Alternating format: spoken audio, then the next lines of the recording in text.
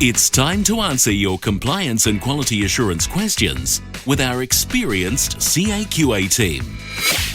What general advice would you give to ensure compliance with smart and skilled funding? It's crucial we must understand the SMART and skilled framework.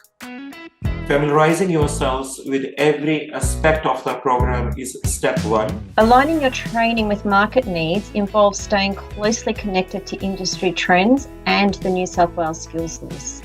You could consider forming advisory committees with industry experts to ensure your programs meet real-world demands. How about monitoring financial caps?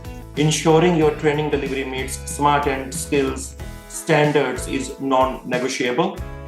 This means regular training for your staff and keeping your resources up to date. Engaging with industry, it enriches your programs, it strengthens your compliance with SMART and skilled as well. So hosting joint forums and workshops, that could be an absolutely great way to gain and share insights and ensure that your training remains relevant. And we should not forget the continuous improvement is another area that training organizations cannot overlook.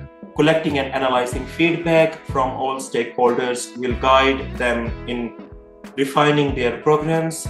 The next question that comes to my mind is that how can RTOs prepare themselves for potential audits from Training Services New South Wales?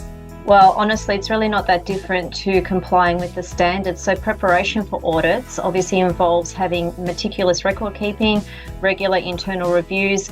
You could conduct mock audits to identify any areas for improvement before they become compliance issues. So it's no different than having to comply with the standards for training organisations 2000 and also any other contractual obligations as well. For more information, contact CAQA on 1800 266 160 or email info@caqa.com.au.